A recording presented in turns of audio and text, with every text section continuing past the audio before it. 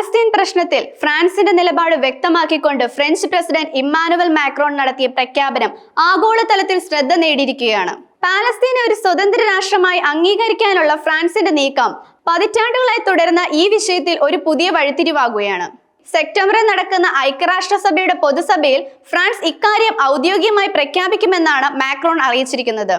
Israel Palestine സംഘർഷം ഒരു നൂറ്റാണ്ടിലേറെയായി പശ്ചിമേഷ്യ മാത്രം ലോകത്തെ തന്നെ നയിക്കുന്ന ഒരു സങ്കീർണ പ്രശ്നമാണ്. 1948 ഇസ്രായേൽ രൂപീകരമായതിനു ശേഷം ഈ മേഖലയിൽ നിരവധി യുദ്ധങ്ങളും സംഘർഷങ്ങളും ഉണ്ടായിട്ടുണ്ട്. പാലസ്തീനികൾക്ക് ഒരു സ്വന്തം രാഷ്ട്രം എന്ന അവരുടെ സ്വപ്നം ഇപ്പോഴും പൂർണ്ണമായി യാഥാർത്ഥ്യമായിട്ടില്ല. ഐക്യരാഷ്ട്രസഭയുടെ നിരവധി പ്രമേയങ്ങളും സമാധാന ചർച്ചകളും നടന്നിട്ടുണ്ടെങ്കിലും പ്രശ്നത്തിനൊരു ശാശ്വത പരിഹാരം കണ്ടെത്താൻ ഇതുവരെ സാധിച്ചിട്ടില്ല. ഈ പശ്ചാത്തലത്തിലാണ് ഫ്രാൻസിന്റെ പ്രഖ്യാപനം പ്രാധാന്യം അർഹിക്കുന്നത്. യൂറോപ്യൻ യൂണിയനിലെ ഒരു പ്രധാന ശക്തി എന്ന നിലയിൽ ഫ്രാൻസിന്റെ ഈ നീക്കം മറ്റു യൂറോപ്യൻ രാജ്യങ്ങൾക്ക് പ്രചോദനമായേക്കാം.